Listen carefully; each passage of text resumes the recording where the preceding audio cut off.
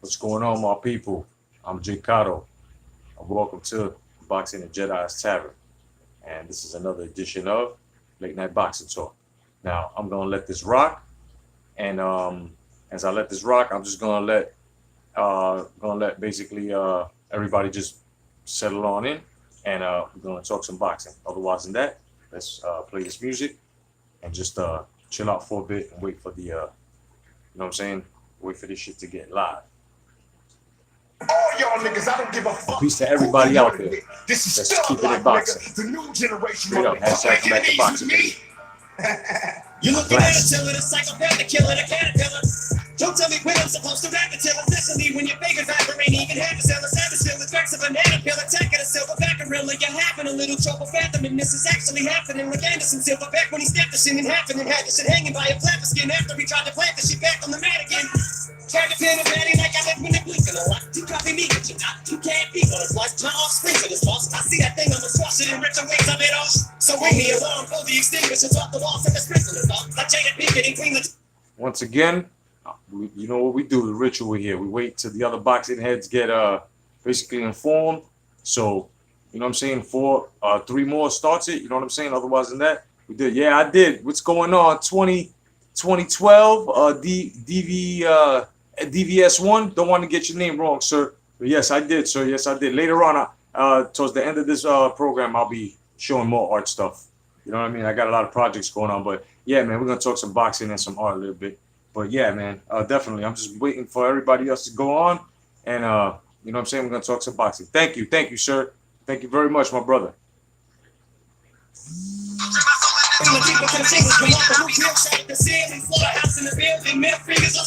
Say what I think when I rhyme and instead of talking a language I speak is my mind deep in and baby combined shit like it's king and a child singers I thought I think I will help you distinguish your brother blood from the cream of the crop. Wait a minute, hold up with a flashcard. Damn dog, Zach copying or paying homage. Savage cause dad taught you to rap as a damn toddler. My dad is your grandfather. I have to rehatch on you. Come back as a black rock. Half yellow jacket you can't swallow. Sasquatch dancing on top of an ant I'll be showing us some shit in a bit. Damn it, I can't stop it. The rap is a badge and I'm going in like a tampon in this bitch. It's a manslaughter. Stamping out grasshoppers. You can't be no rap god. In fact, you're exact opposite. You make a rap song and can't hold a candle, but even Danielson wax off. You jack-offs need to come to grips like a hand job. The boom bap is coming. My man Ross Cloud, what's going on, bro? Number one with my pencils, so number two, cause that's all I do is when my suit and point me down like a process. I'm on some White Rhino, baby. Burning some White Rhino. Yeah. My man Ross Cloud, what's going on, baby? No doubt, my man Ross Cloud on. No doubt, man. Let's see. My man 2012 DVS1. No doubt, man, is on. You know what I'm saying? Bama weed. Now I'm smoking on some White Rhino right now, baby. No doubt, man.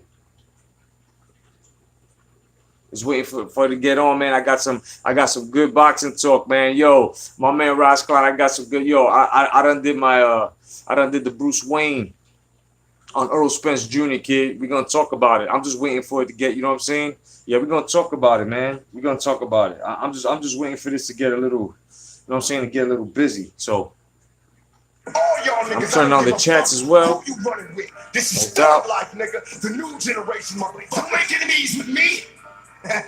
You looking at a killer, the psychopath, the killer, the caterpillar.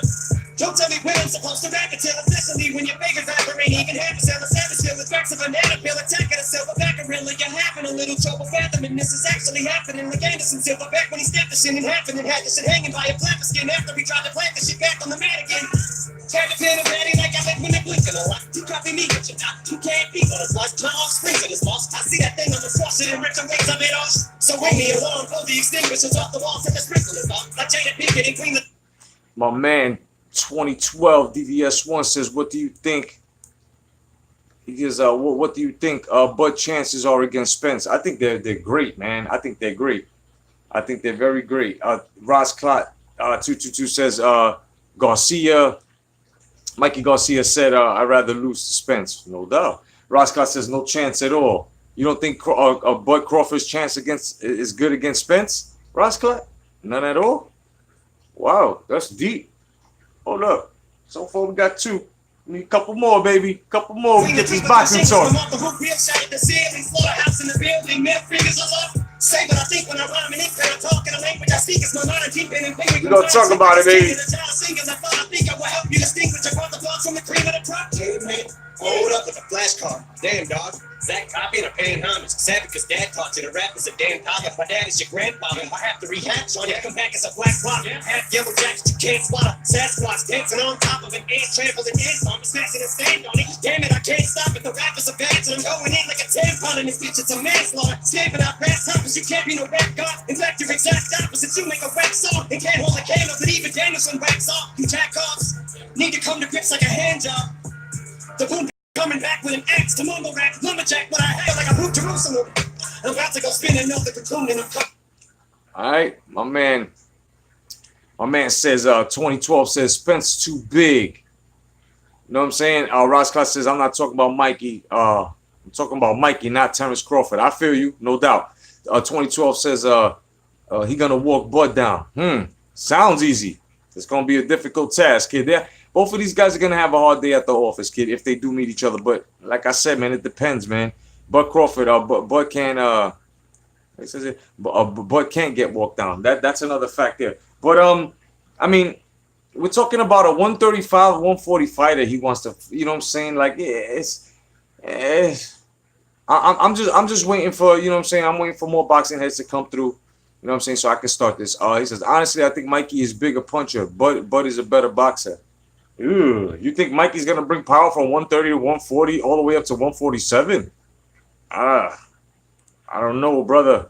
Ross Clark says, gonna drive. I'm listening though, bro. No doubt, man. I'm letting this rock, man. I'm just gonna let the boxing heads come on in. Everybody's opinions here is respected. You know what I'm saying? You know what I'm saying? No criticisms. You know, if we do criticize, it's a little debate. Of course, he is an innovative channel. Hashtag come back to boxing. That means that we also hold fucking debates within the comment sections themselves. I usually read everybody's comments. You know what I'm saying? If you got your bud, light your bud. You know what I'm saying? Otherwise than that, man, I'm gonna let this music rock a little bit more, and I'm just gonna let this room get full. you from your mother's womb, now flushing you, boom, now flushing you.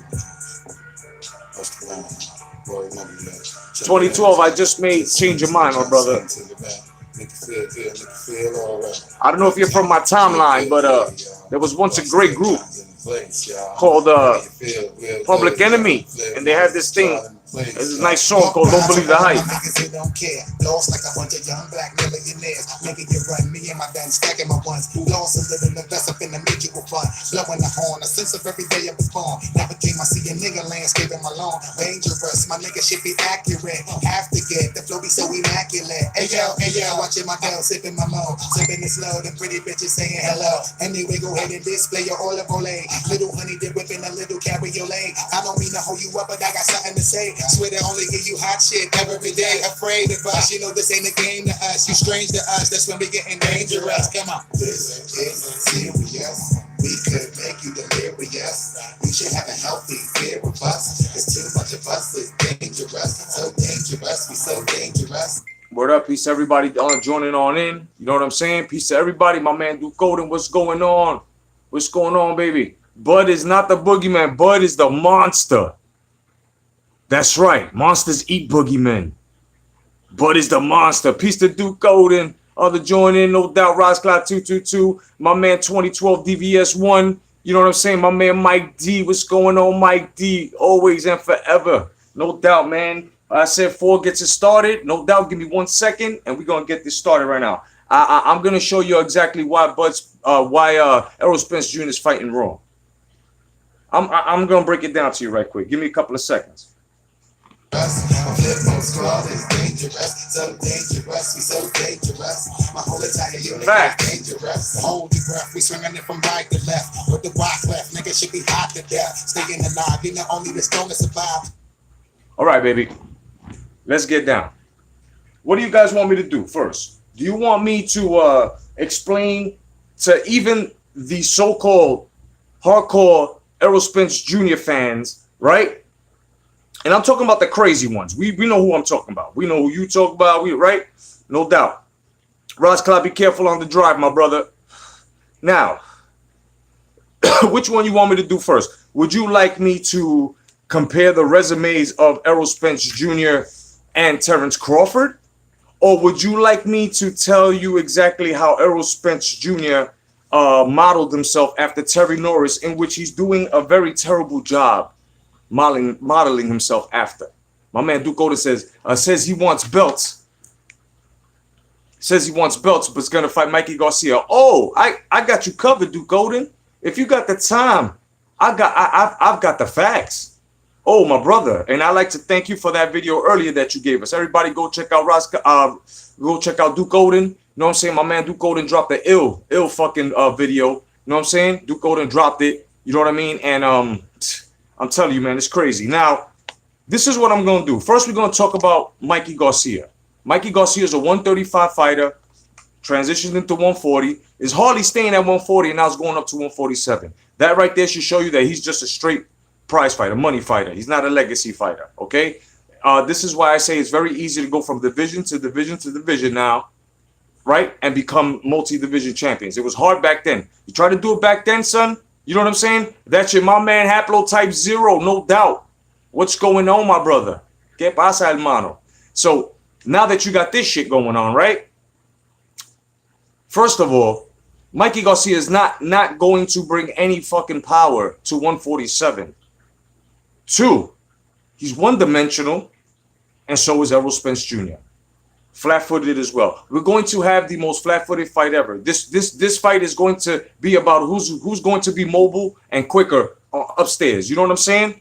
It's gonna be crazy. This is what's going on with Mikey Garcia. Mikey Garcia should even be in the picture. Mikey Garcia is smaller. But now we've started this, we have, you know what I'm saying? We're now starting to see that Errol Spence Jr. likes to fight smaller guys. He gets excited fighting smaller guys. He was very adamant about trying to make a fucking fight, right? With this guy, Mikey Garcia. He got happy, oh, let's do it, right? And then he got up in the ring, regardless if he was drunk or whatever, he got up in the ring and challenge Sean Porter.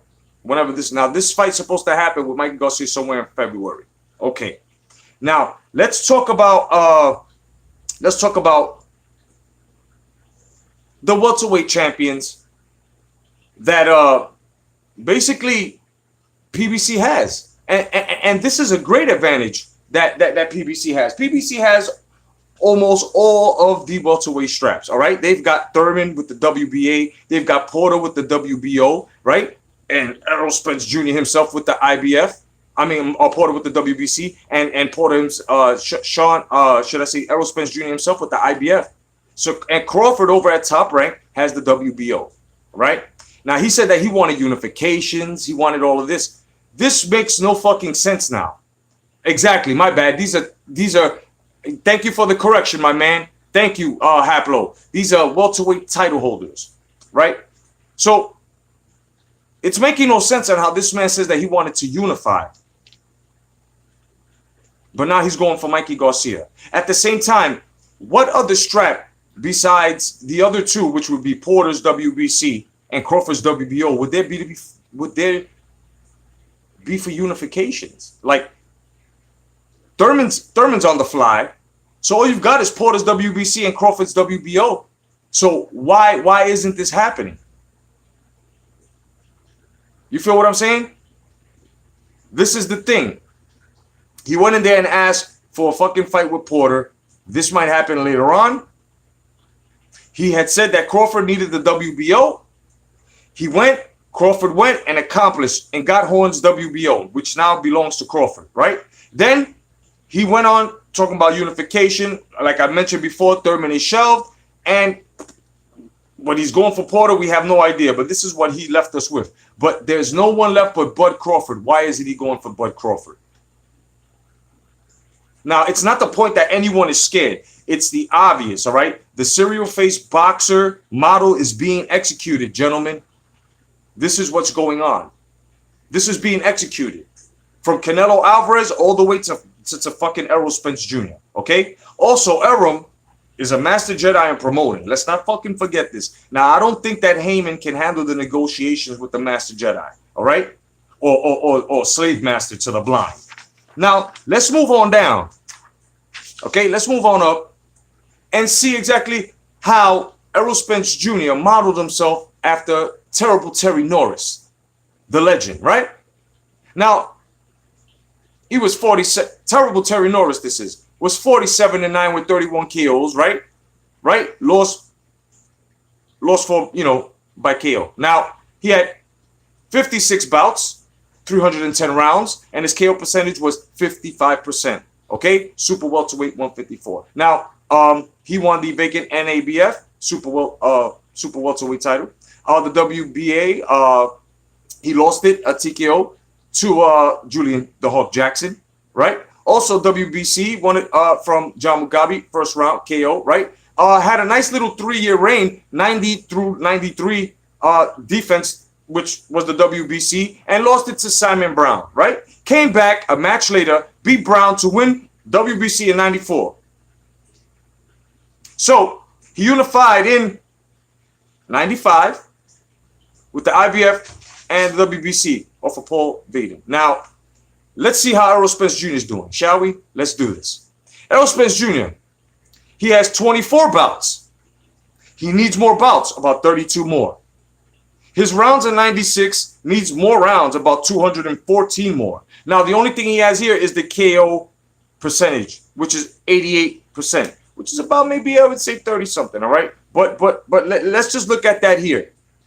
Let's look at Terry Norris's era, and let's look at Errol Spence Jr.'s era. Now, for some reason, these guys that are Errol Spence Jr. nut huggers think that he's actually fighting like terrible Terry Norris here, because he's got what, an 88% a percentile of knockouts, but it's so easy.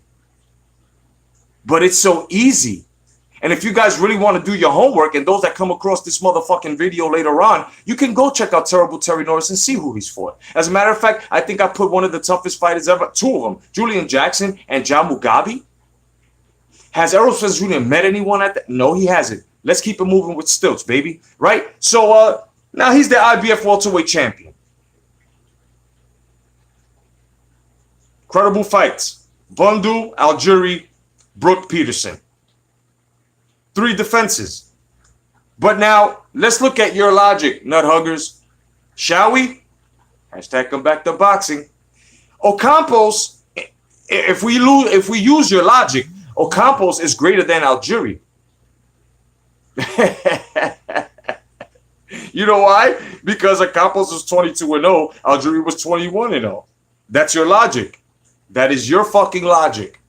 So this is what we must go by. So we're gonna go by that. Now Algieri, who lost to Provodnikov, right, and lost to Manny Pacquiao, and lost to Amir Khan, but he won the title off Provodnikov. Correction, but he lost to Manny Pacquiao and lost to Amir Khan. But by your logic, and I've been hearing this and I come across this, by you fucking nut huggers' logic, Ocampos is greater than Algieri.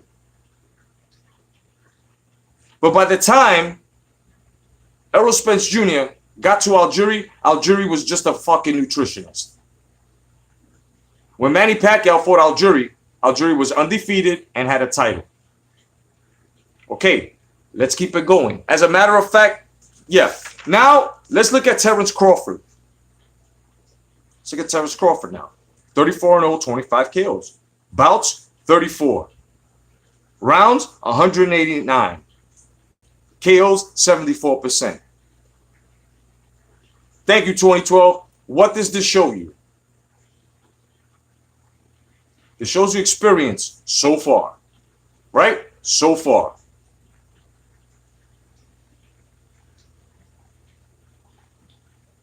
Now, I'm going to be going over all your, I'm just breaking this down, gentlemen. Now, of course, he's the WBO welterweight champion, right? But now let's look at when he won the vacant WBO NABO of Sanabria 34, and won, right? Right? WBO lightweight off of Rick Burns, right? 36-2, right? Then now let's look at all these credible fighters in which some of y'all had pound for pound on your list and were actually Ring Magazine pound for pound, right? So we had Gamboa, Beltran, Delorme, right? Which is super lightweight, right? Lundy, and mind you, Delorme was the second division. Okay, was the second division. Hey, India, what's going on, mama? How you doing? Right, it's the second division. Then we got Lundy, We had Paul Stoll was 28-0, which was pound for pound, right? WBC, WBO unification. Then fought Molina Jr., right? Diaz unified with Ndongo, IBF, WBC, WBO, WBA, right? Then went to the third division, moved up to 147 fucking pounds. When he did that, he moved up, fought Jeff Horn for the WBO welterweight title, who was 18-0. Now everybody was giving Jeff Horn praise. Oh, he's a fucking man. He beat Manny Pacquiao. Blah, blah, blah. And a lot of these Errol Spence nut huggers were fucking, because they already hate Manny Pacquiao, right? But then once Horn lost, he was no good. So he went and took it away. No doubt. Then he fought Benavidez, which was his first title defense, TKO 12th round, right? And they tried to take that shit away. They tried to take that shit away from him with the shot knee, which was bullshit. Because even after the fight, which is really a credible statement, not 2 days, 3 days later, even though Benavidez says his legs was bothering him, 2 or 3 days later, what's credible is right after the fight where he says, no, when they asked him, no excuse, Terence Crawford's a good fighter. Now, it's all about experience here. 6 title bouts. This is exactly what Terence Crawford has. 1 title bout is exactly what Errol Spence Jr. has. Now, this has been just a little bit of research. A little bit of research that I just broke down to y'all. Because it proves my point as to him like not hesitating to make fights with smaller guys. You know what I mean? And less skilled fighters. No Porter, no Collazo, like that could have happened. Errol Spence Jr., you're talking unification. You slipped. No doubt. Now, this Mikey Garcia thing, these guys are going to get real fucking happy. But he's really fighting a 135-pound fighter. Let's be for fucking real here. I can't say that Errol Spence Jr. is following terrible Terry Norris at any point in his career. I'm sorry. That he will never be. And I just gave you the fucking facts. 214 bouts short, boy. You will never fight that hard. And guys get excited now because they think Errol Spence Jr. is a big puncher, but he hasn't really fought anybody credible that's actually big to fucking. Oh, man, what the fuck? He'll destroy Collazo. Prove it. Know what I'm saying? Everybody thinks that Terence Crawford, Errol Spence is too big for Terence Crawford. Man, that has nothing to do with nothing. Nothing to do with nothing. Many big men have fallen. He just finished beating a fucking tower in Benavidez. Let's go to your comments here. Let's see what you guys are saying here. Let's see. All right. My man Duke says, I've seen dudes making excuses for Spence playing businessman. Of course, we're going to see that shit all the time. All the time, Haplo. All the time. Mike D says, Spence doesn't have even close to the same resume as Crawford. Exactly. And I'm always happy to break it down, man, to motherfuckers who don't understand. You know, they know what it is, Mike, over here down with us. Haplo Type 0 says, welterweight title holders that PBC has. Exactly. Duke Golden says PBC ain't giving us no unifications. Exactly. None whatsoever. None whatsoever, my brother. That's the whole gimmick right there. And I'm glad you see that, Duke Golden, the mighty Duke Golden. Know what I'm saying? My man Haplo says, don't forget Pac with his Pac is with PBC too. Yup. WBA regular. Yup. Duke Golden says Porter might sign with Dazin. That would be great if he does. That title will be in so much contendership, man. That should be in rotation as well. If not, he'll be having, you know what I'm saying, attempted title defenses. At least, you know, we'll see him fight and shit.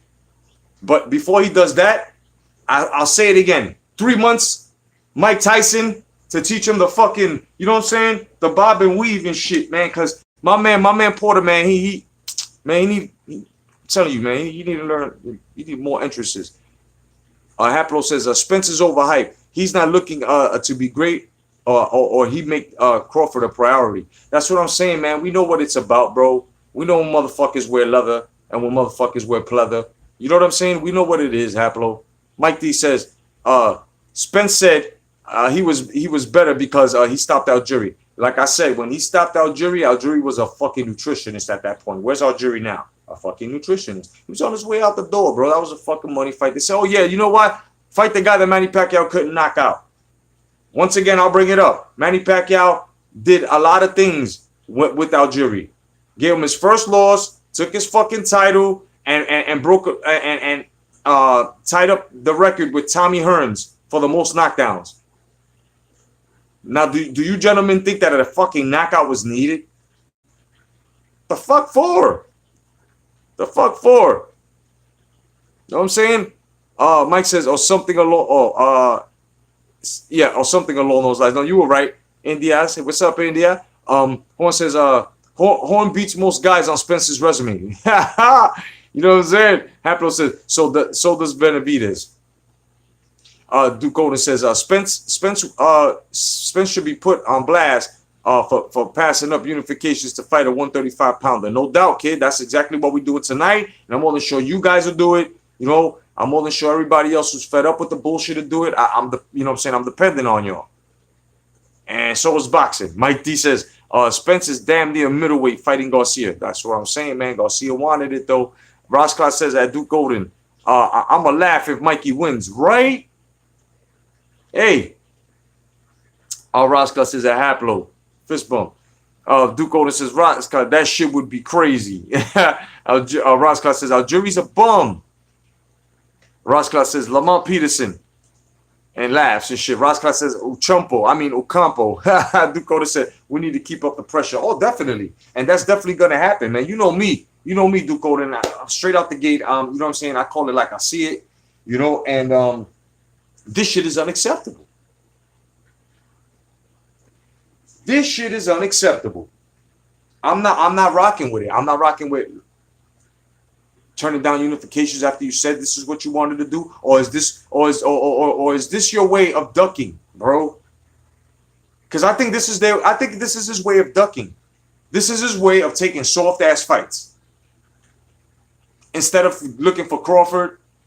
You know what I'm saying? Listen. I hope Sean Porter, if Crawford steps to Porter, I hope Porter gives Crawford a fucking title match. I hope he does. Roscott says, I can't wait to hear the excuses. Spence ducked Porter low key. Of course. Hell yeah. You see, we got the same. Yo, guys, I'm telling you, man. I'm telling you. Right now, Crawford needs to call Porter out. Right now. I'm not saying that Crawford's easy work. I mean, I'm not saying that Porter's easy work. But that title can be taken. Crawford could take that title. Believe that. Like Thanos. Believe that. And Keith Thurman, listen, I relinquish the WBA, dog. You're going to have to.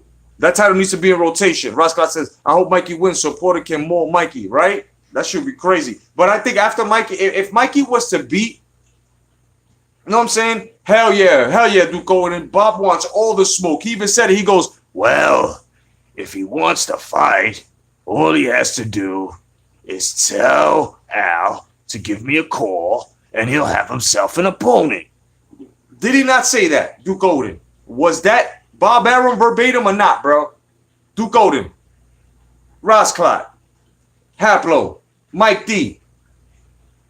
Gentlemen, was that not the words of Bob Arum just now, what I just imitated? Hell yeah, that was. Exactly what he said. He wants all the smoke like Duke Golden said. And back to what I was saying, I don't think Mikey will stay at 147. I think Mikey will just leave. You know what I'm saying? Yeah, and I'm a Thurman fan too, brother. No doubt. But yo, we got to call it like it is. He needs to just look. The rumor is he's gonna fight Zab Judah on the comeback. That's a good fight for a warm-up. Got a vet, skilled. You know what I'm saying? Roscott says Thurman playing Shalimar for VH1 special. Ah! Mike D says 100%, no doubt, baby. Yo, he says Shalimar. Ah! Thurman, what's up, bro? What are you doing, Thurman? What are you doing? No doubt, Duke Golden, unbiased. You know how we keep it here. You know what I'm saying? I know how you do, baby. Straight out the gate, man, since I met you. No doubt. Roscott as well. Hell yeah. Mike D too. You know what I'm saying? And especially Haplo. Haplo straight. I'm telling you, man, I only fuck with niggas calling down the middle, man. Straight up. That's why y'all fuck with me. Because I'm always calling it down. I've been calling that shit down the middle. Motherfuckers that don't know how to just look at boxing and they always get the wires crossed with me. They always think that I'm flip-flopping. Nah, hell no. Guys, sometimes you gotta watch my videos 2 or 3 times to understand where I'm coming from, because I'm making multiple points. But it's like listening to Eminem rap and shit. Roscott says Thurman mad because people ran up on him at the airport asking for autographs and thought he was Alicia Curry. Duke Otis is not real boxing fans. Straight up, those are not real boxing fans. If you're gonna cape for your fighter and knowing that your fighter's fucked up, son, you ain't no real boxing fan. I state that shit all the time. Not real boxing fans. So the shit that I'm saying here is that this shit can't fly. No props. No props. Niggas ain't fighting right. I came out the gate with that shit. I've been saying that shit. Motherfuckers ain't fighting right. Let's take it to the heavyweight division for 1 second. Motherfuckers is mad because Anthony Joshua fought a Klitschko. But why ain't you mad that Wilder could have fought a Klitschko but decided not to because Klitschko put it on his ass? So he decided, you know what? If I go in this motherfucker ring professional, this nigga gonna fuck me up. And decided and waited a long time to fight a King Kong Ortiz and had a hard time with King Kong Ortiz. And you motherfuckers trying to take the motherfucking prestige off of that match, which is monumental for the sport of boxing. You get the fuck out of here. You niggas don't know what the fuck you talking about. Duke Golden says they hate Dazin and it's bringing up damn near free boxing. You feel what I'm saying? Feel what I'm saying? And I had said, look, the only two things wrong that Dazin is doing right now, or Eddie Hearn, should I say, and Dazin, number one, they signed De La Hoya. They signed Golden Boy. And they never should have did that because Canelo's fucking around. He's got the 160 straps, right?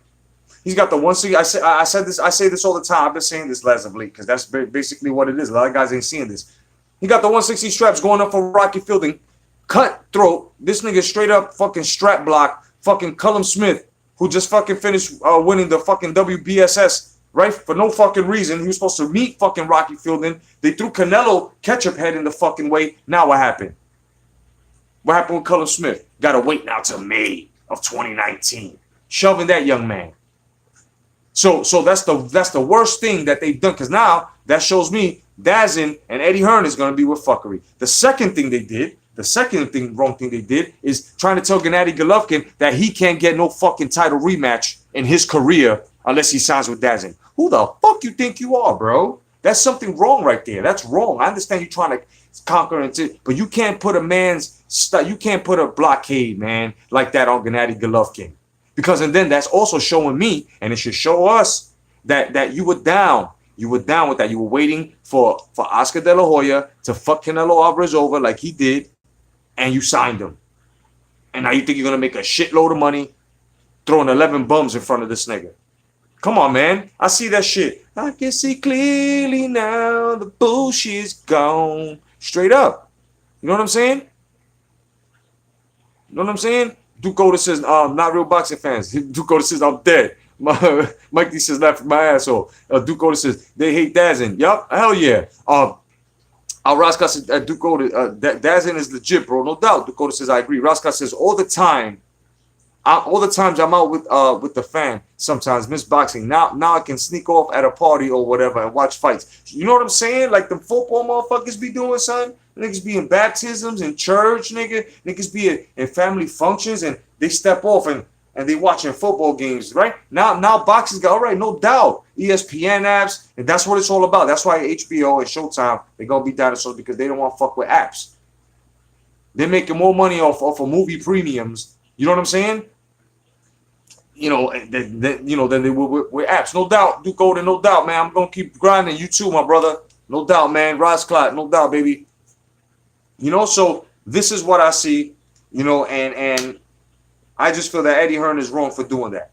Eddie Hearn is very, very wrong for trying to put a blockade, trying to say, oh, you can't fight Canelo Alvarez unless you sign with DAZN. That's kind of wrong, bro. That's wrong. That's wrong. I think you should just mind your business. Let Canelo and Loeffler. See, but that's why I call Loeffler a fucking pussy. Because he's letting these niggas step all over him and his fighter. Fuck that. He's letting motherfucking step over his fighter. He's not protecting Gennady. I say this all the time. He's not protecting him. I would have told him, fuck you. You're not going to talk that way to my fighter. And if I'm not mistaken, there's a rematch clause here, kid. You can't fucking get in the way of that. Regardless, you sign the fucking champ now. You can't do that. If anything, we could fucking ask you, you know why? You want to make a deal? Give us this much in order to fight on you know what I'm saying, on one fucking whatever. And then what Gennady should do is sign with fucking Top Rank, bro. Just fucking sign with Top Rank, Gennady. You will make more money there. People think that Aaron would be jerking. If Aaron was jerking niggas, Lomachenko, Crawford, they would fucking left, bro. This is what Gennady should have did the moment Loeffler dropped the fucking ball. He should have went straight to motherfucking Top Rank. Manny Pacquiao should have stood at Top Rank. No doubt, Rascalot. You know what I'm saying? Now Manny Pacquiao's lost. He got a Broner fight. What's after that? What's after that? PBC ain't gonna be doing no fucking unifications, and at the same time, PBC ain't gonna be giving nobody out of PBC no fucking, you know what I'm saying? Like, let's say if Crawford wants to fucking unify now, I would have to take one of them to fucking actually be like, you know what, I'm gonna go out and I'm gonna try to unify out of PBC with that WBO. But a lot of motherfuckers in boxing don't really look at the WBO as prestige. It is, bro. It's a fucking strap, bro. Like, come on.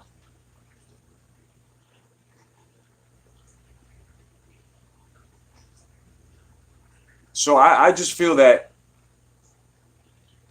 a lot of guys ain't fighting right. Now you got the Charlo talking shit, and fucking said something to Andre now, and it's gonna get good now in the middleweight division as well. So now we got the welterweight division, which is gonna be good. It's gonna be warm. It's gonna be warm because at least we've got to really look at a real fighter in Terence Crawford in the welterweight division. Now, when we go over to the PBC, the pure fucking boxing casual fucking model, right? That right there shows you that these guys are gonna most likely keep all the straps in house, and they're gonna try to build a lot of fake ass stars with them straps. A lot of these guys aren't going to fight each other, man. They're not going to fight each other. Terence Crawford's the only one that's going to fucking go in there and try to fucking unify. You got Bob Arum knocking on the door, and I don't think Al Heyman knows what he's doing when it comes to negotiations with the fucking Arum.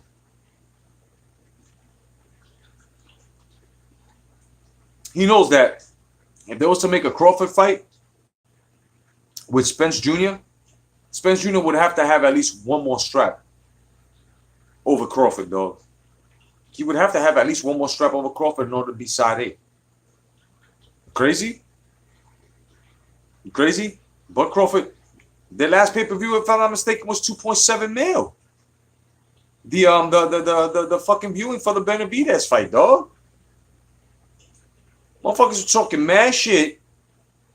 I mean, when you're biased and you hug nuts of fighters, bro, and you with agendas and all that shit, like you blind yourself from facts. I ain't with that shit. I can see.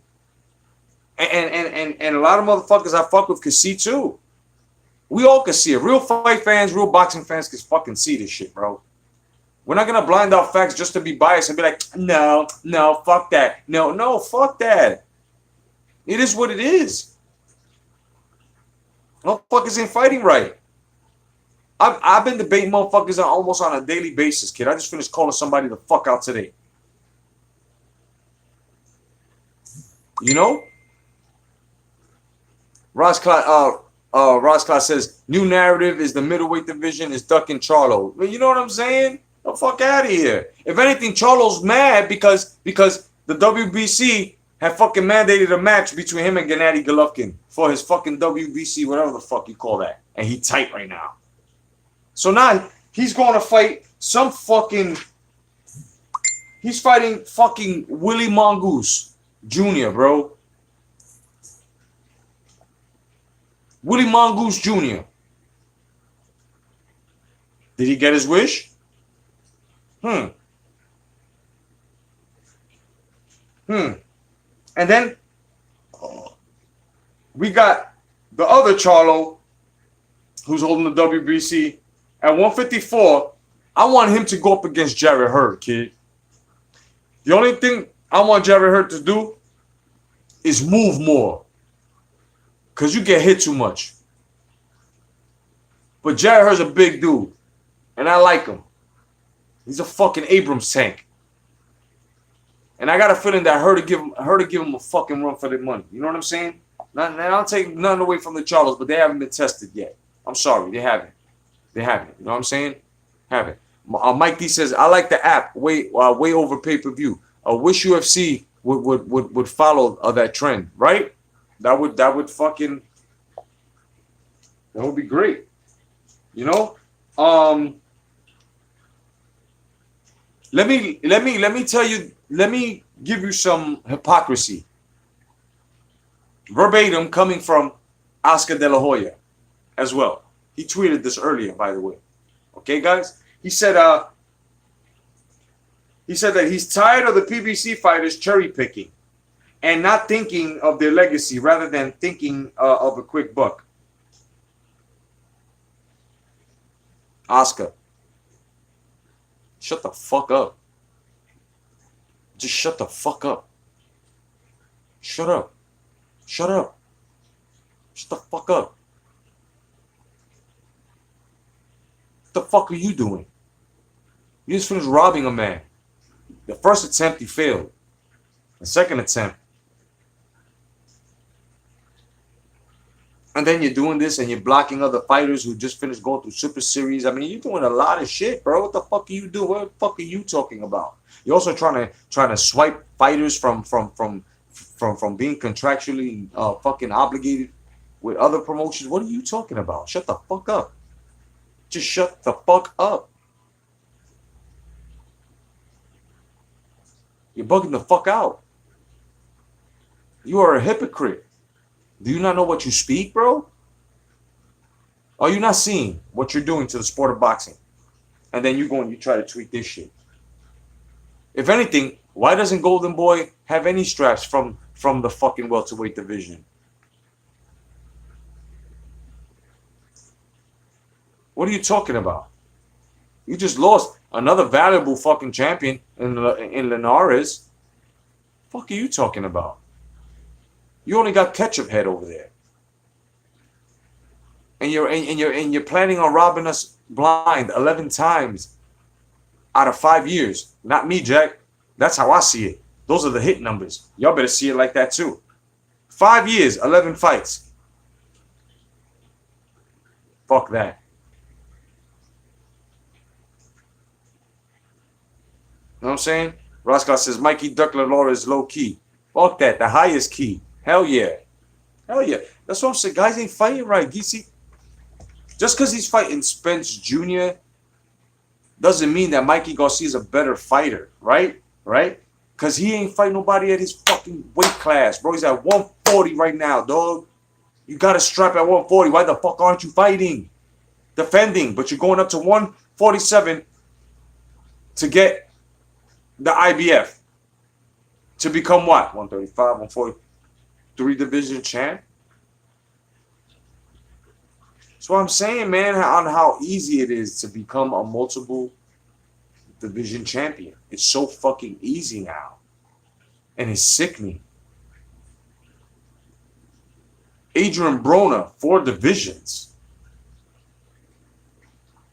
Do you think any of these fucking guys would have been able to do that shit back then? When motherfuckers try to move up, and perfect example, Marlon Starling versus fucking Michael Nunn. From 147 to 160. Oh my goodness, bro. Like, what the fuck? That shit took like fucking 5 years out of fucking Marlon Starling, kid. Facts. When niggas move up like that, son, motherfuckers move up different weight classes. When they did it back then, that shit took a lot out of your career. Now it's fucking easy because motherfuckers ain't fighting each other to gain the skill to fucking at least have some sort of fucking challenge, bro.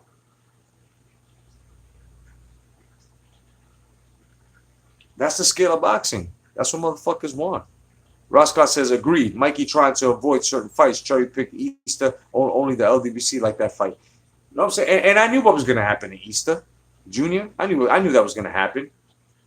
I knew exactly what was going to happen. Roscott says, no, it's easy because these fighters suck today. Exactly.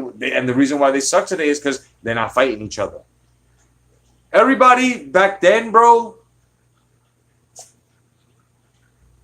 like, let's take it to Pacquiao's era and Mayweather's era, right? Starting from then all the way back then to back then. Everybody fought each other to be good and great. 2-3 times. That's why most of these motherfuckers don't even know what a great fight looks like. Motherfuckers be calling mediocre fights great. That was a great fight. Get the fuck out of here on any means of transportation, dog. Get the fuck out of here. Nigga, all selections, rollerblades, nigga, Ferraris, whatever you need, get the fuck out of here. Trying to hear that shit. Folding chairs, nigga, that have several seats. Beach, recliners, lazy boys. I got whatever the fuck you need, nigga. Just sit the fuck down. That shit is retarded.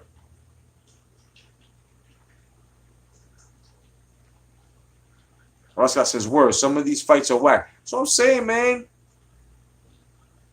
Motherfucker try to tell me about standing 8 count. I'm like, okay, they haven't brought it back in a while, but you see it. It depends on who calls for it, bro. But they don't really fucking do. But they no need for it.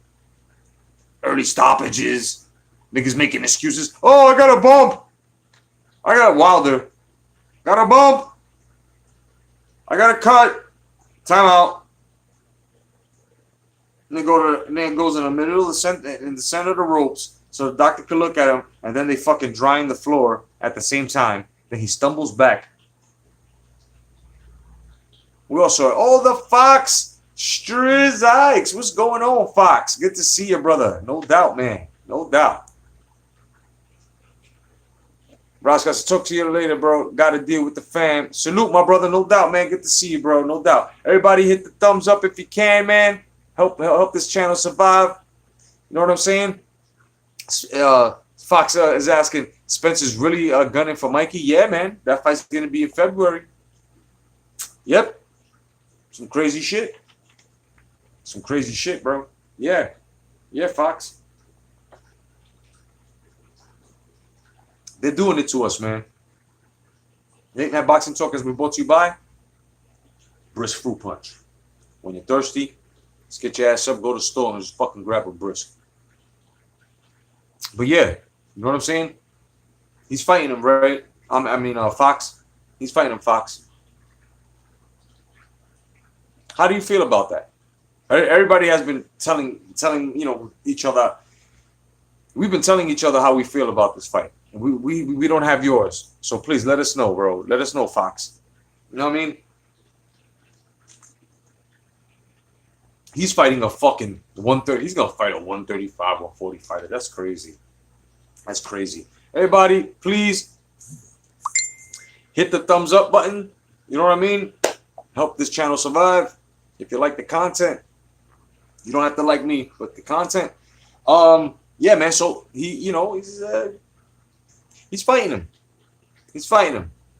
And a lot of people saying he should have fought guys that are on Keith Thurman's resume, Callazo and everybody else, And I agree. Because those are big, pretty big welterweights. I agree. You know? All right, here we go. The Fox says, Fox Strike says, it's a dumb fight. Spence too big for Mikey. Exactly. Exactly. Do you think that he's gonna hit? Do you think he's gonna bring power, bro? For Errol? You know, I tell you right now, that's gonna be one flat-footed fucking fight, bro. Oh my goodness, that's gonna be one flat-footed fight. And I just hope Mikey. I just hope Mikey moves for his sake, man. You know, like I said, I'm not taking anything away from Errol Spence Jr., but he's a bigger guy. Can walk guys down. Once again, hit the thumbs up button if you can, please. Help the channel survive. Thank you. You know what I mean? So taking this fight here, you know, and Fox, everybody else, man. Do you think that, let's just say, if Terence Crawford was to call Shawn Porter out, would that be a good move for Crawford or a bad move?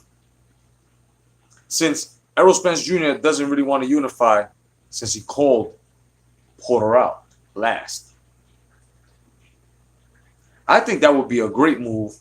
I think right there, like I said before, he would take the WBC, unify with the WBO.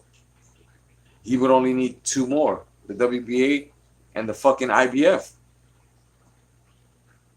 But will Shawn Porter be allowed to take that fucking WBC out of PBC? You know what I mean? And that's the bitch right there. That's the fucking bitch right there. What politics will we have to go through, man? We already see the fuckeries. Bob, and the funny shit is you're always gonna hear this. You're always gonna hear this, and it's always a fucking lie. Bob Arum is in the way of the fight. Bob Arum don't want to make the fight. Meanwhile, he's on camera telling fucking Errol Spence Jr., all you gotta do is tell Al to give me a call and you have yourself an opponent, right? I'm saying this, I'm fucking repeat pattern here. Because you're gonna hear this. This is going to be the fucking epitome of excuses, bro. And it's not what that is. No, it's not what that is. And you know what else you're gonna hear? Oh, but he wants to unify. How? He's fighting Mikey Garcia. Mikey Garcia ain't got no strap at 147. If anything, that's gonna be a bullshit title defense. Because at 147, Mikey, who the fuck here really thinks Mikey Garcia is gonna show something, bro? Come on, bro. The power. Mikey will touch him a couple of times. That's about it. The power's gonna be too good. The power's gonna be too great.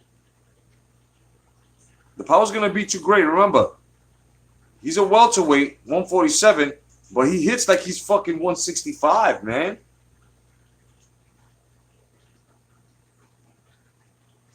It's like he's one. You know what I'm saying? Cigar, my man, my mellow. Cigar boxing, right there, no doubt. Salute, my brother. You know what I mean? Everybody salute Cigar Boxing, man. Go to his channel, man. Check out his content. Motherfucking knows boxing, baby. No doubt. Hashtag come back to boxing, brother. You know what I'm saying? So this whole shit where I mean, yo, you guys, when you get a chance, see the beginning of this, I already compared, because they're coming out with the, oh yeah, he's like a Terry Norris because he modeling himself like Terry Norris. I already compared Terry Norris's to Errol Spence Jr. as to how he's coming along, and he's not even comparing, not even coming close, not even fight style. And I compared Crawford's and Spence Jr.'s resume in so many ways. So when you get a chance, like, you know what I'm saying, in the beginning of this broadcast, when it's, you know, uploaded, just check it out, man. I gave nothing but facts. You know what I'm saying? And Cigar says Spence Jr. is a weight bully. Hell yeah. Hell yeah. Yo, Cigar. My cigar's lit, baby. But yeah, man, I have to agree. Everybody here agrees, man. Everybody, it's crazy, bro. It's crazy. That's weight bully to the max. That's weight bully to the max. Come on, fuckers. Messaging me on fucking on Facebook and shit. Where's my other phone? Oh, here it goes. You know what I mean? It's fucking nuts, man.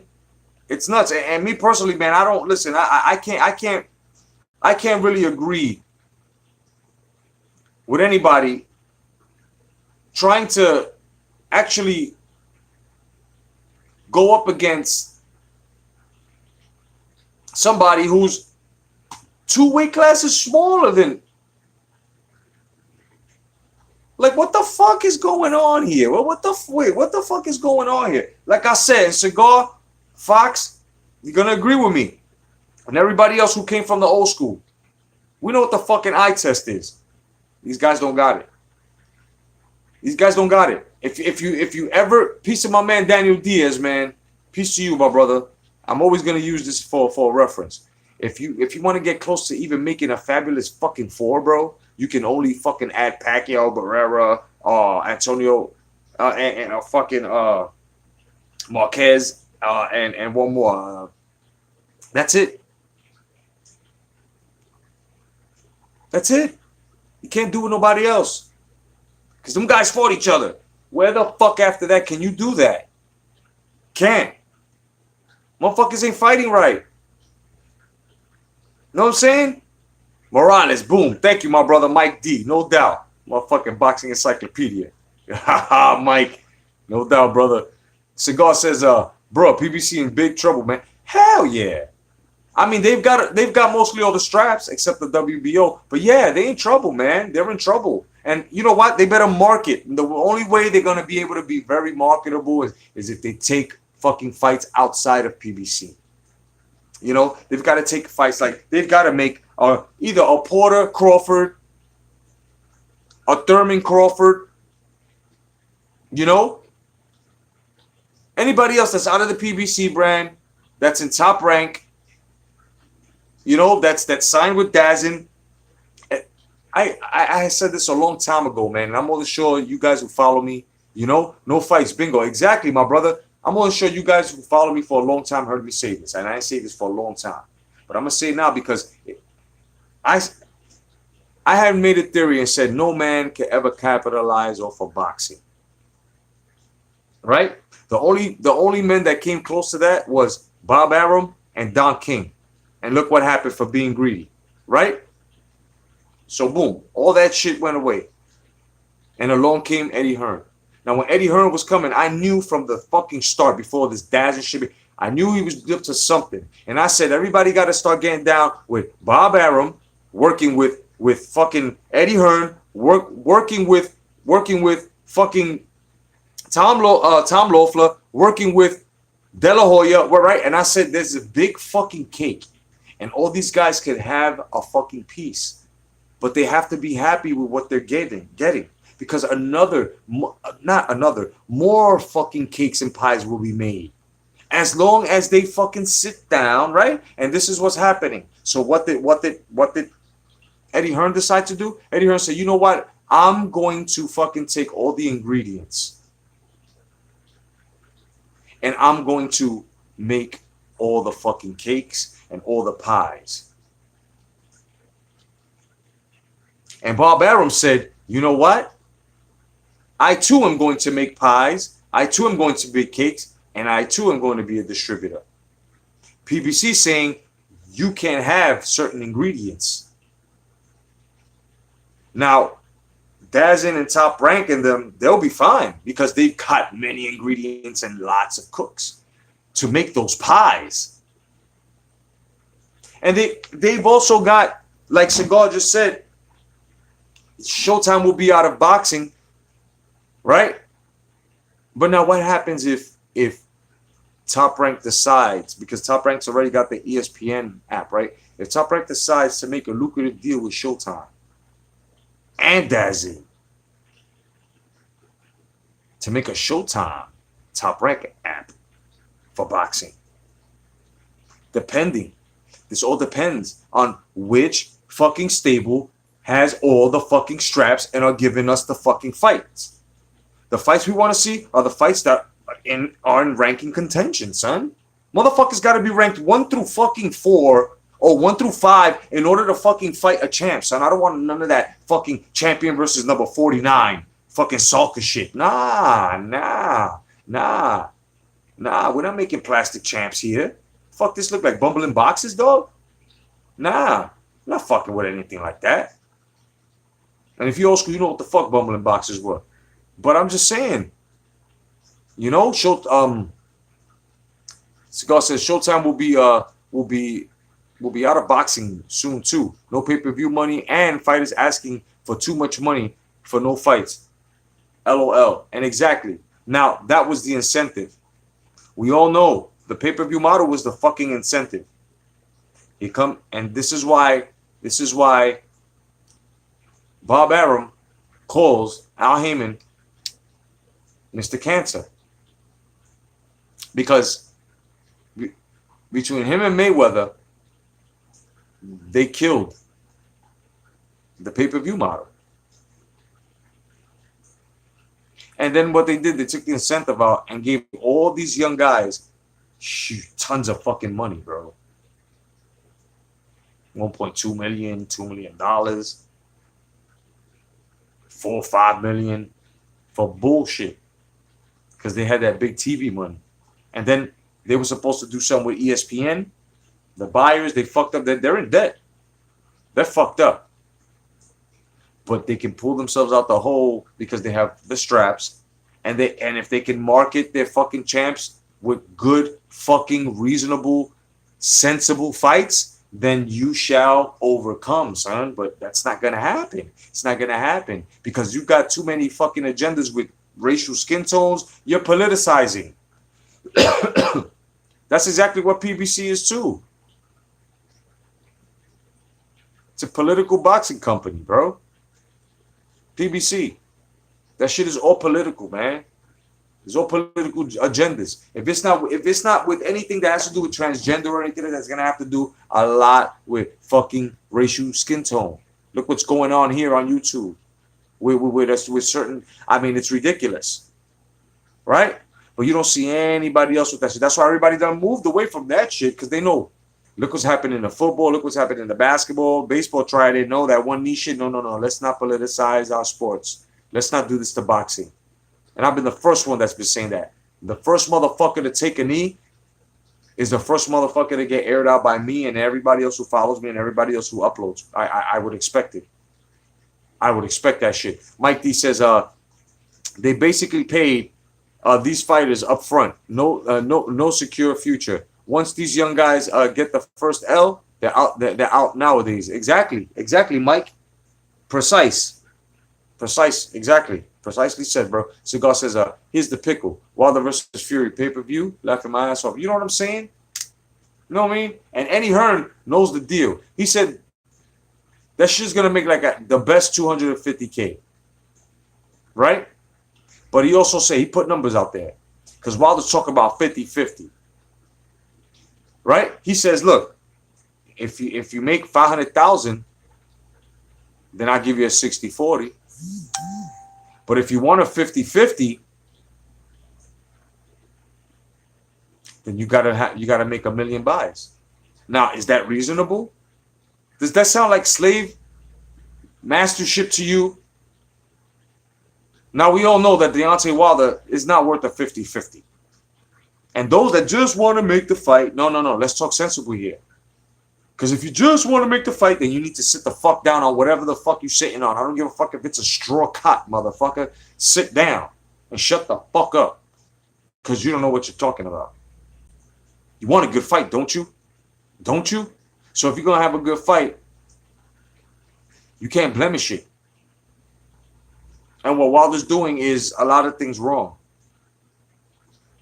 A lot of things wrong. First of all, Mike Tyson in 86, you never would have gotten by. Mind you, Mike Tyson doesn't have a prime in the ring. Let's make that perfectly clear. But Mike Tyson would have fucking destroyed you, my dude. And let me tell you something too. Even though he never met him before, Ray Mercer would have destroyed you. Tim Witherspoon would have destroyed you. Fucking Bone Crusher Smith would have destroyed you. Weaver. I mean, I can go on and on how many motherfuckers even in 86 would have destroyed you, dog. Are you fucking out of your mind? You ain't cut from that cloth. I'm gonna forever blast you every time you try to get on Mike. Are you stupid? You lucky Mike doesn't have the good back, lower back anymore, bro, to be like, you know what, and get hungry for money, son, to come back and fuck you up, son. You must be out of your fucking mind, dog. Mike Tyson in 86, Wilder. Mike Tyson in 86 would have fucking, you would have retired, bro. As a matter of fact, I don't think you ever would have been able to handle getting punched in your face so fucking hard ever in your life, kid. I think you would have punched your soul out of your fucking body, dog. That your soul would have met you at home in Alabama, son, on the couch. That as soon as you walk through the door, son, that shit break down and cry with you. Damn, it is hard, son. This nigga Mike is no joke, son. You must be out of your fucking mind, dog. You just, man, you bugging the fuck out. Cigar says, how does the Fury fight raise Wilder's stock? And Fury hasn't fought an elite fighter in 3 years. Exactly. Cigar, we know what's going on. Mike D says, did you watch Fury on the Joe Rogan podcast today? Nah. Nah, Mike. You know,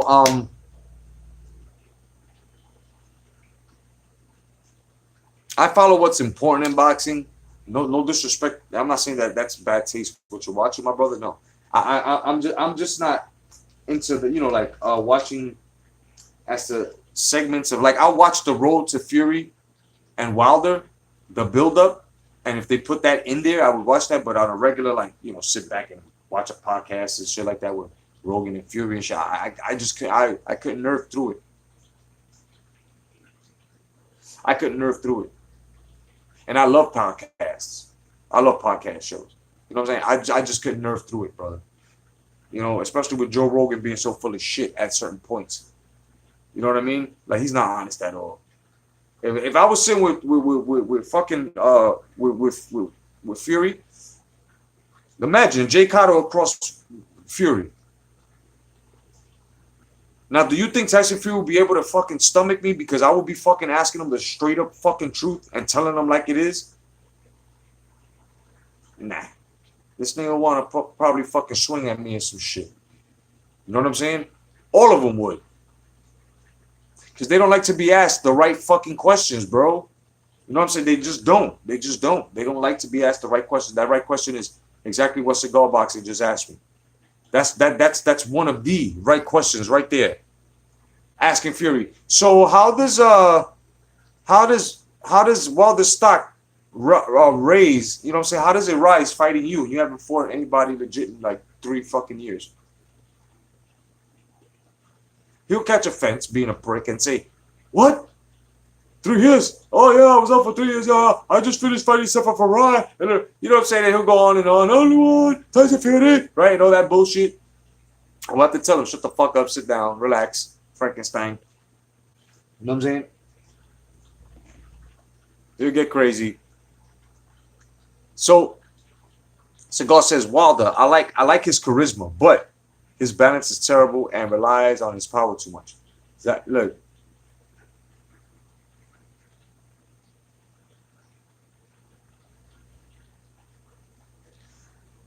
Wilder is nice sneaking in that fucking power punch. That's about it.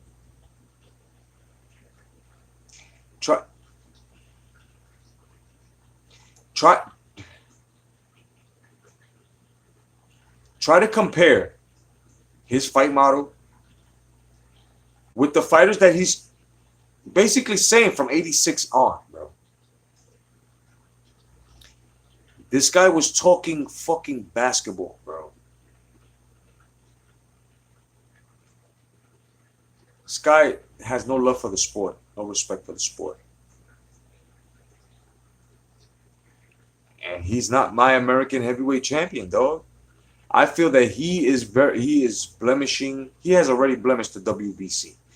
On top of the WBC blemishing itself with fuckeries. But I'm just saying, man. I'm just saying, bro.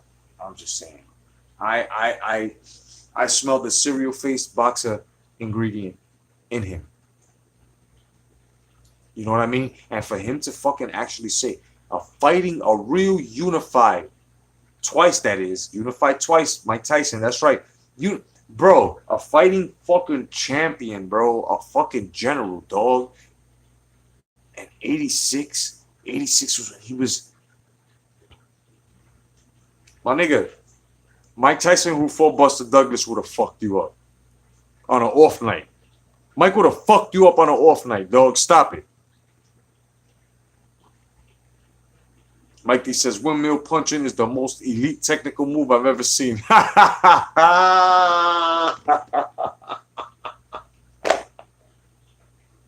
Yo, Mike, that is the quote of the night right there. No doubt. It says Razor Ruddock would have killed him. Hell yeah, bro. Hell yeah. Frank Bruno, bro. Fuck it, B. Let Sheldon, nigga. Sheldon. You want to add some comedy, dog? McNeely. Let's all laugh. McNeely. Peter McNeely's.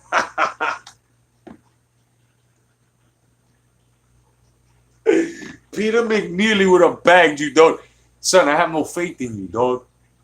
I have no faith in you. When you talking that shit, where you gonna fuck niggas up in 86, my man, that's way too much work ethic. For you to even say this.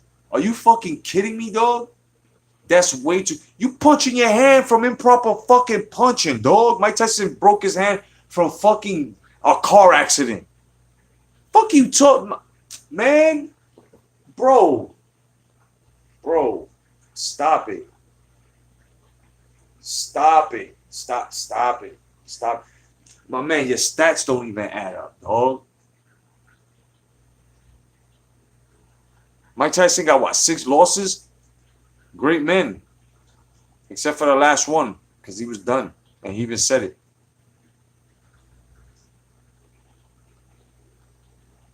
And he was way over. Evander Holyfield would have whooped your ass, boy. Riddick Bowe would have took you from Brooklyn to Alabama and back, dog. You bugging. You're bugging the fuck out. Cigar says, what is this mess? What is messed up? What is messed up is who is his trainer, who his trainer is, and no jab. Yo, that is messed up. And that's what I'm saying. Like, he's got that pulling jab and that sticking out shit, right? But it's like, you think that shit would have held up against Mike Tyson in 86, dog? Like, guys, let's spit facts here. Listen, I'm not trying to be nobody's friend who fucking follows Wilder and is actually going to lie on the sport of boxing, dog. Let's tell the fucking truth here. Wilder handling a Mike Tyson from 86, bro, is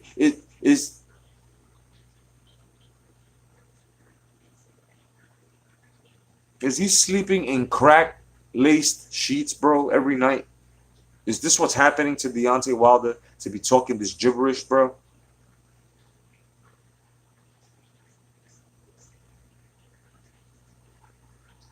That's what I mean. And you have to get on that. And that, the defense as well will be behind the champions from any weight class that were greats and that were actually, you know what I'm saying, trying to like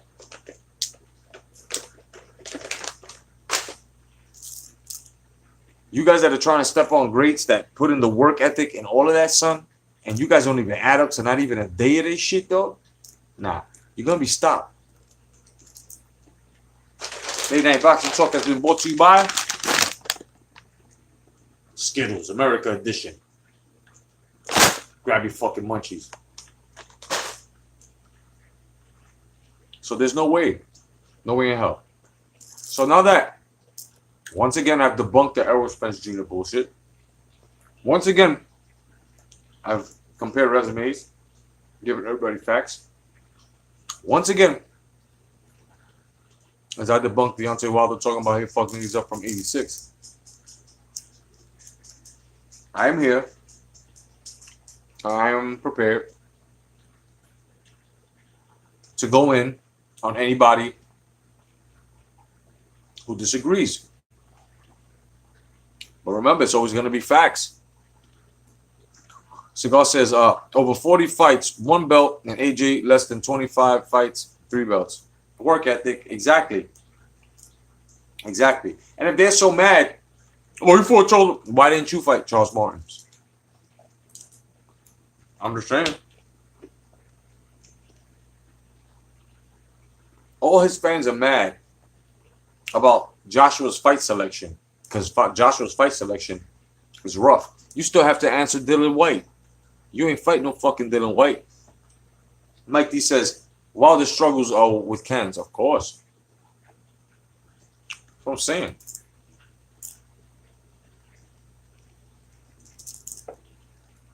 You still have Dylan White problems, dog.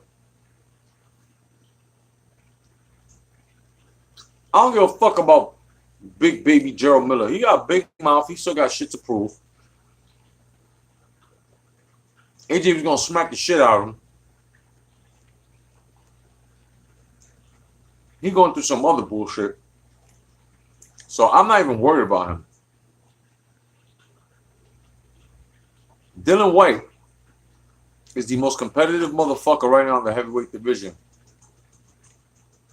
Wilder knows this. He knows that. It's a 60-40 chance. 60 him and 40 fucking Dylan White. But Dylan White can't beat that ass. And he knows this. Dylan White has a strength to it. Is Dylan White sloppy? Yes, he is. Is Dylan White flat-footed? Yes, he is. But he's durable. He hits hard. And he knows how to get on the inside very well. And that's dangerous. Mikey says, I think Fury is on his game. He will beat Wilder. I got a feeling he's going to beat Wilder, man. He's going to outbox Wilder. Wilder's going to be looking for that one punch. This is why I tell motherfuckers, B. He could have been off and came back. But when he came back, he was fighting, okay, mediocres. But a man who's a former champion, unified like that, has finished fighting a former king who held down the division for like 10.5 years. You got to see that. He came back and beat him the 2 possible ways that you can win a professional boxing match. One by knockout and one by decision.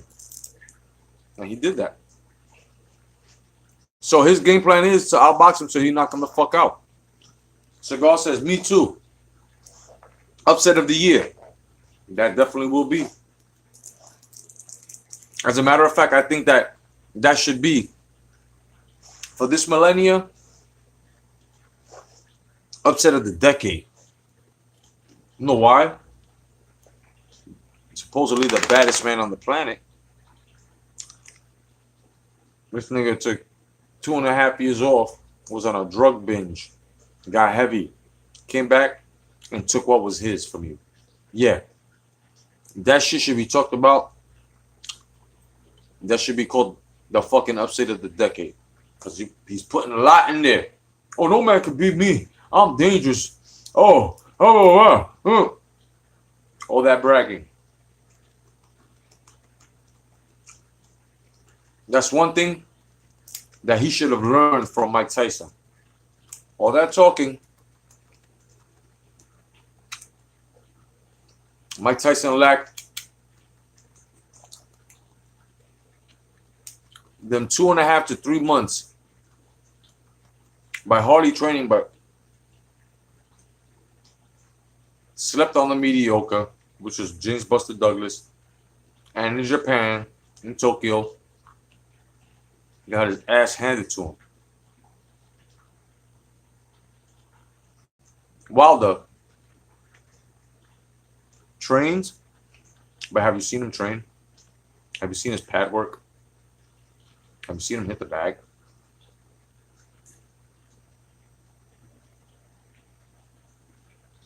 Now, I'm not talking about pad work with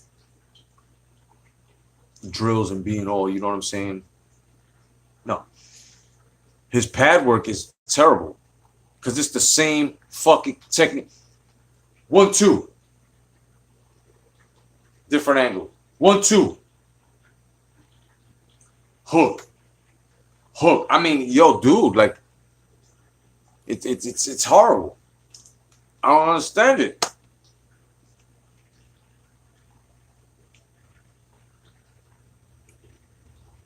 King Kong, what's his?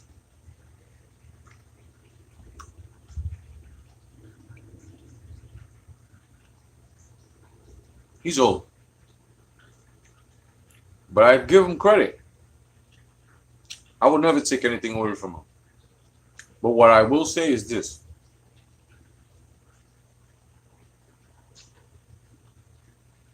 Going into the 8th round,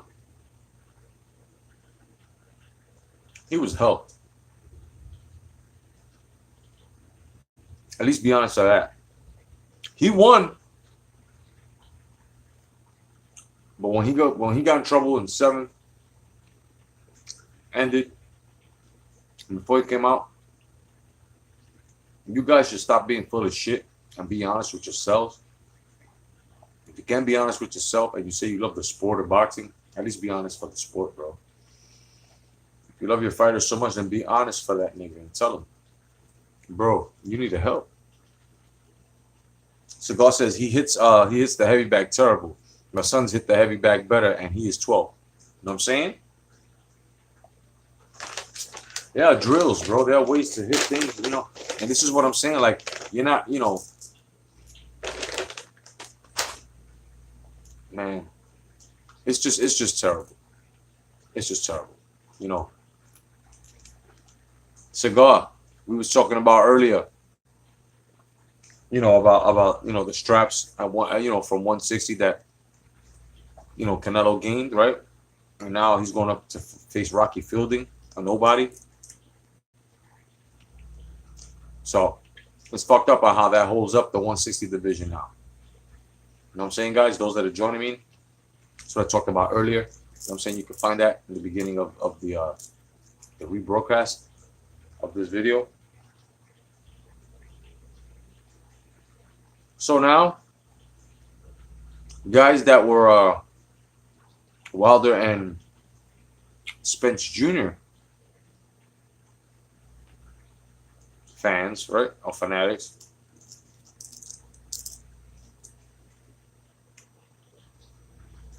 Where are you now?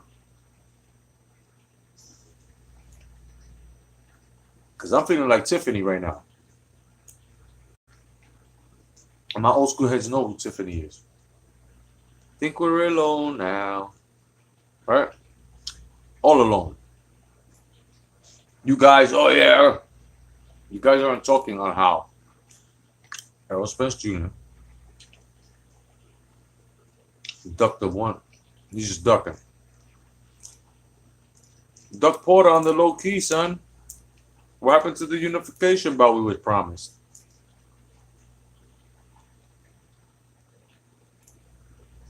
So you mean to tell me that fighting Mikey Garcia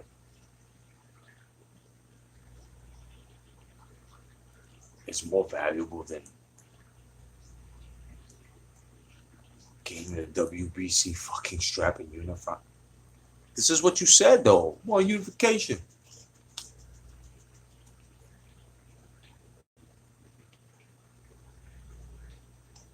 Hey. Cigar says true. Canelo is Teflon. He does what he wants. As we see.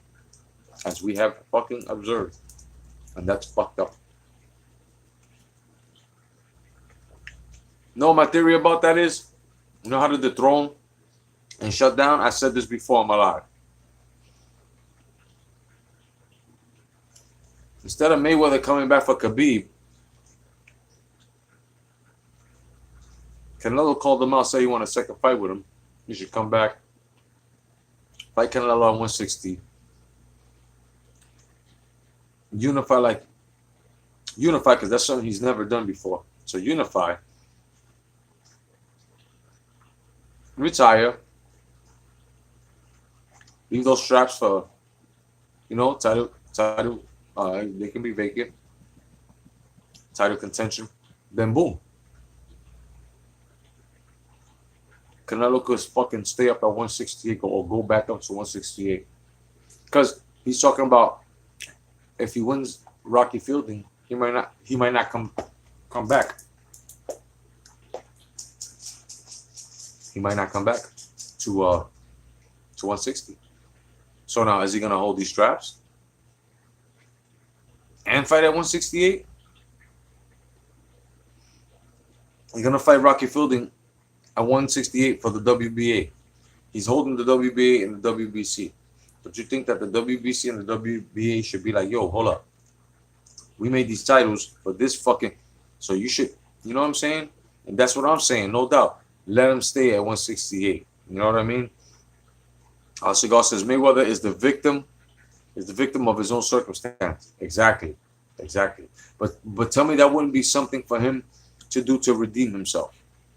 Because a lot of fans are hating what Canelo's doing right now. And Canelo recently called him out. Oh, I want a second Mayweather fight. So if Mayweather, he says he's coming back. But for Khabib, instead of taking Khabib, take this fight, do what he got to do. Take that title, beat the shit out this motherfucker, tag him up, make him look stupid again, right? Right? He'd be redeemed with me. I'd be like, all right, you saved boxing. You saved the middleweight division, son. Good for you. Thank you, Mayweather. You may be out the door and continue your promoting now. Go fight Khabib. Now it's more interesting. That makes more money because you're coming off from a win from your sport as to him coming off a win from his sport off of Conor McGregor. You just finished defeating Canelo Alvarez. Boom. That shit will make more sense. Not before Canelo Alvarez, after Canelo Alvarez, right? Right? Put the cape on and save your sport, right? So, let's see, but that's not gonna happen. That's not gonna happen. But if he did, and he came out and said, "Yo, Canelo, I'm coming after you. I'm coming back to fight you." Oh man, that's how I would look at this fight. I would look at this fight as Floyd saving boxing from Golden Boy. He's gonna fight him at 160 middleweight division, kid. Take his fucking titles, put them shits back on vacancy after he beats him, and Canelo could fucking stay at 168, like Mike D says. You know what I'm saying? Let him stay at 168. Straight up. I'm tired of this shit. I'm tired of it. Canelo thinks his name is bigger than boxing. This motherfucker tried to sit in between Julio Cesar Chavez Sr. and Duran before the first Gennady Golovkin fight. And this motherfucker actually tried to tell them that there's no such thing or no such style as Mexican style fight. This nigga Chavez Sr. called him a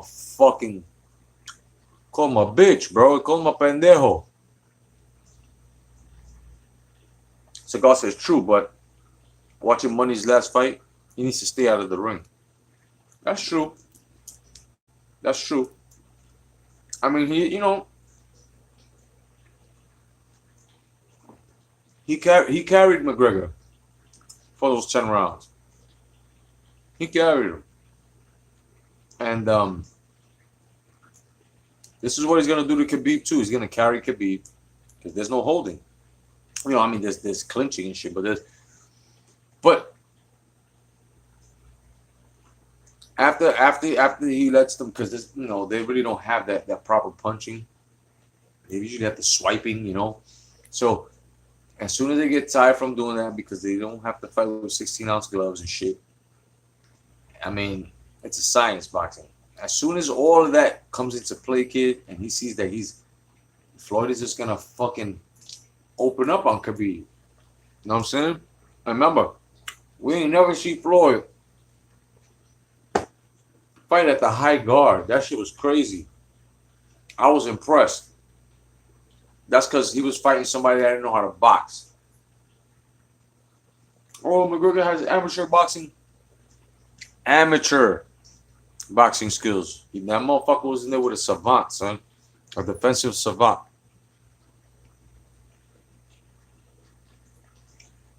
Yeah, he is slowing down, Cigar, no doubt. Definitely is, brother. But if he's gonna fight Khabib, who is way younger than fucking Canelo, shit. This time around, him being slow, I think he'd beat the shit out of Canelo. Mike D says, I want him to get in the cage with Conor, MMA rules. Ha! That should never happen.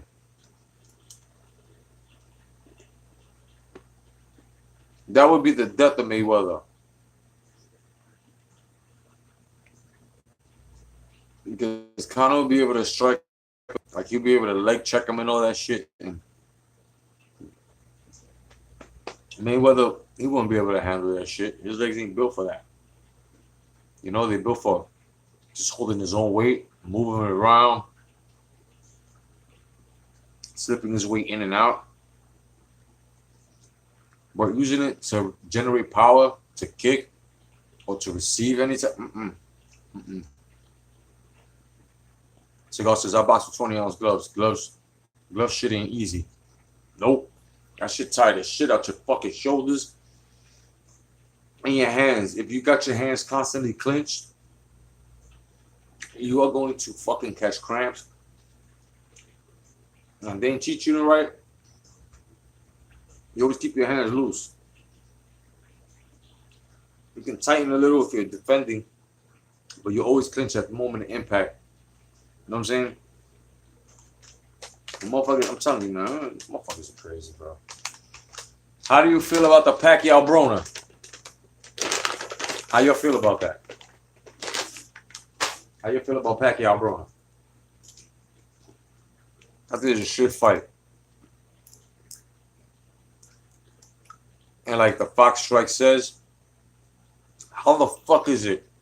And he brought this to my attention the last live. How the fuck is it that Adrian Broner gets to stay so relevant and lose so much? Right? That's something you gotta think of there.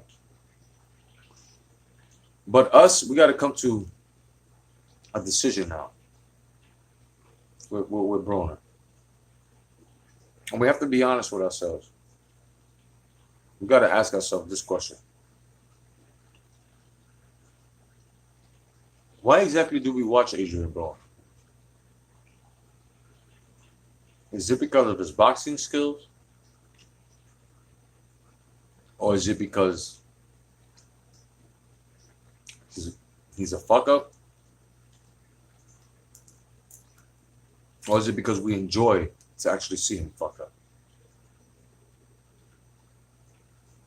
Because I don't know what to do after this with Adrian Broner. You know? Cigar says tune-up fight for Pac. Mike D says, I said the other day Pac beats Broner, and I like Broner when I like Broner when he loses. It's like Floyd losing. so 2 W's in one night for Manny. Yeah, I remember that. Nah, it's because he's a walking disaster. I hear that. I remember that. That shit was funny. He said, so Broner says that when he wins, it's like Floyd winning. So if he loses the night to Pacquiao, that's two L's that Pacquiao gave him one night, son, 2 W's for him. That shit had me dying, so I almost farted on myself laughing. That shit had me dying. So that's just basically what it is, man, with these fucking people. These fighters today, bro, it's like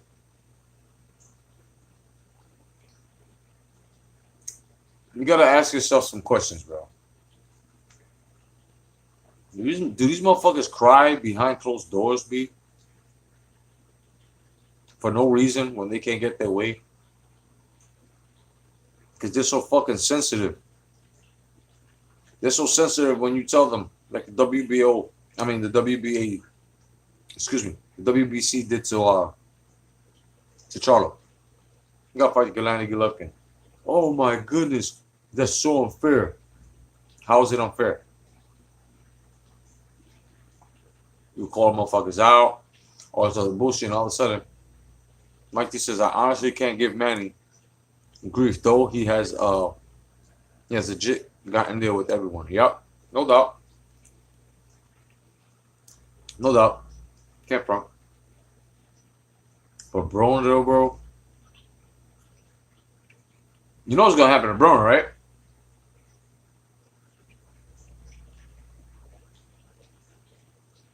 Something tells me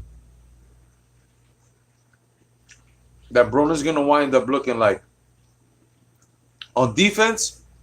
He's gonna be looking like Joshua Clottey, right? Because Manny's work rate is fucking crazy, even at this age. And then he's also, man, Manny gonna fuck. He gonna. Yo, if Manny goes in with the intentions of giving him the Margarito beatdown, bro, it's a wrap. Matter of fact, I'm gonna say this shit right now.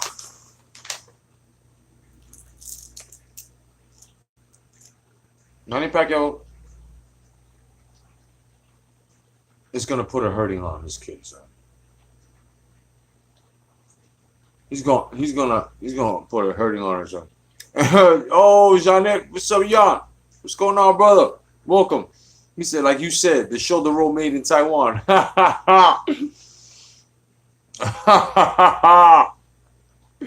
No doubt, brother. The shoulder roll made from Taiwan.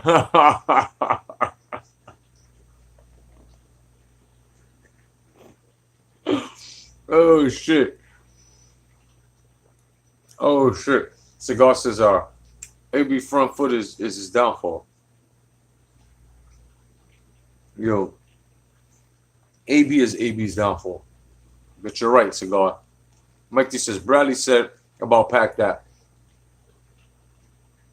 just that moving side, just that moving this moving side to side that Manny does is fatiguing to you. So imagine a Broner that doesn't throw on top of that. Yeah. Yup. You know what's funny is that all the Al Heyman fighters on that side, you want to hear what they're doing? And this came out their mouths verbatim. The Charlo said this and a couple of more.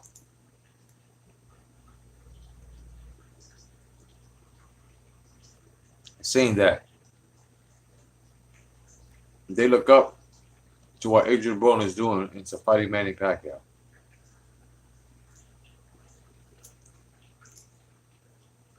First of all, he's not a Heyman fighter.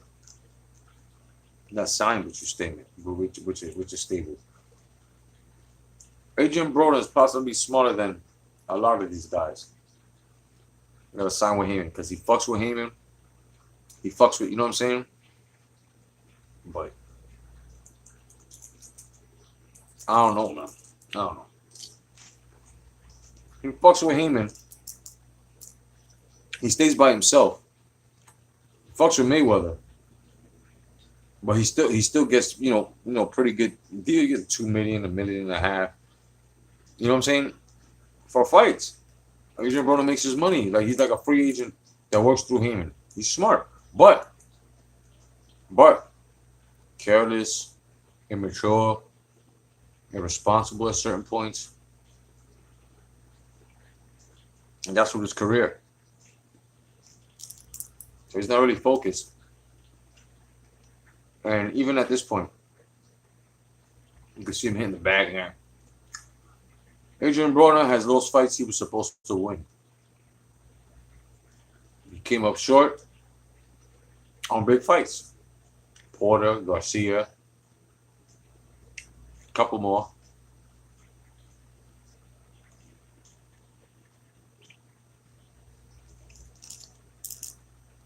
I don't see Adrian Broner going anywhere. Excuse me. I don't see Adrian Broner going anywhere after this fight when he loses to Manny Pacquiao. And if it's a devastating beatdown, if Manny Pacquiao knocks him out, that's it for Broner. That's it. That is it. And it should be cold quits because everybody called Manny Pacquiao old, over the hill. But yeah, I said this before, I say it again.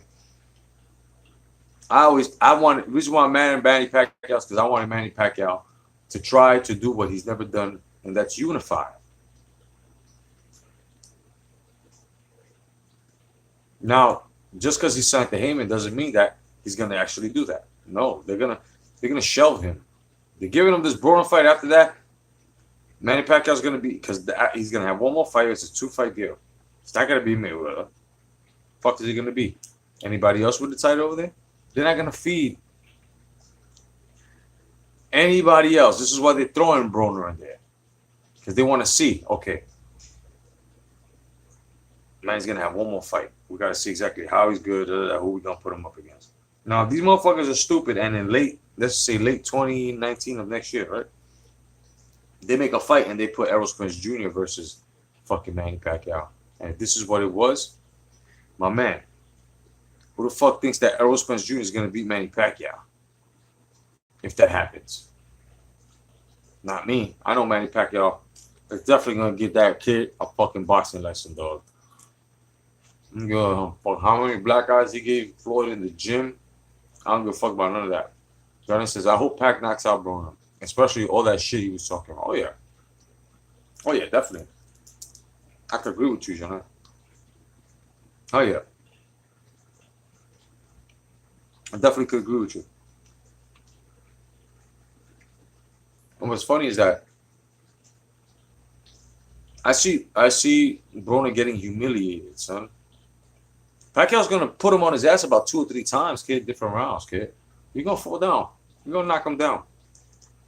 If you don't knock him out, he's definitely gonna win the decision, but he's gonna knock him the fuck down a couple of times. Watch. It's gonna be a boxing clinic, son. That shit gonna be what? Watch. That shit is gonna be.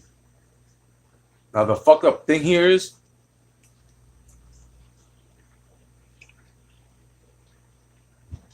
a lot of people are gonna hate Broner because of the disrespect he's gonna bring to Manny Pacquiao's family. If Manny Pacquiao's smart and if he does his homework, or if he did his homework, should I say, you would know not to bring your wife, your kids, or your mother-in-law today, because Adrian Broner is gonna disrespect the shit out of them. Don't bring him to the fucking press conferences. You know what I'm saying? Only that night when you box him. But alone, that just don't, because what he's gonna do is, and you're gonna do it to yourself, Pac. He's gonna get into your head by bringing your family. He's gonna snap on them. He's gonna make them feel. I'm telling you, man. And you know Adrian Broner, man. He's a piece of shit when it comes to shit like that. So he's gonna be like, "Oh, Jinky, you should come over. I'll break your back," or he's gonna be cursing at your mother. "Oh, this bitch on voodoo," like that. He's gonna fucking call your sons gay and shit. I'm telling you, man.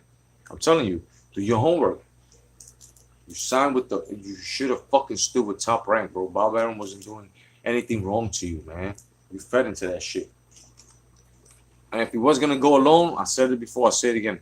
If he was going in there alone, if he was gonna go at it alone, should have stood that way. You should have made Manny Pacquiao promotions and promoted your own fucking fights.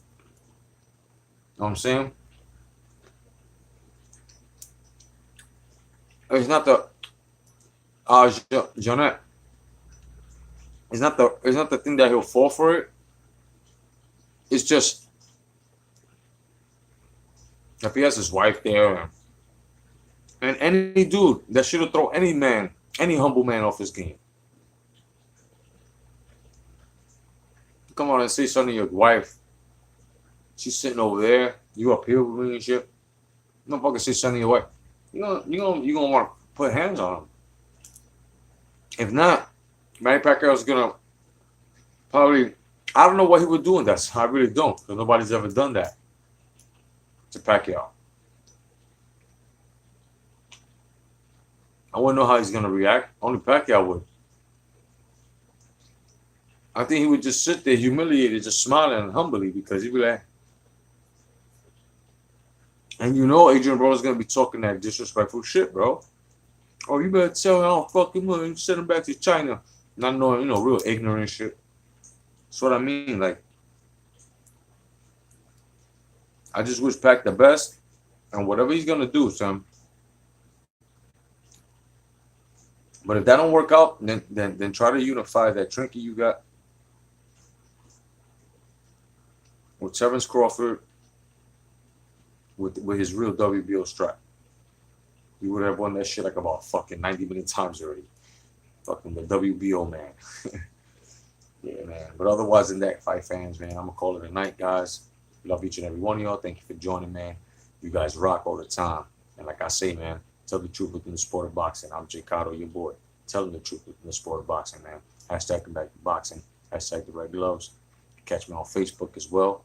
You know what I mean, guys? No, I'll try to come back on Friday with another live. Otherwise than that, man. Peace.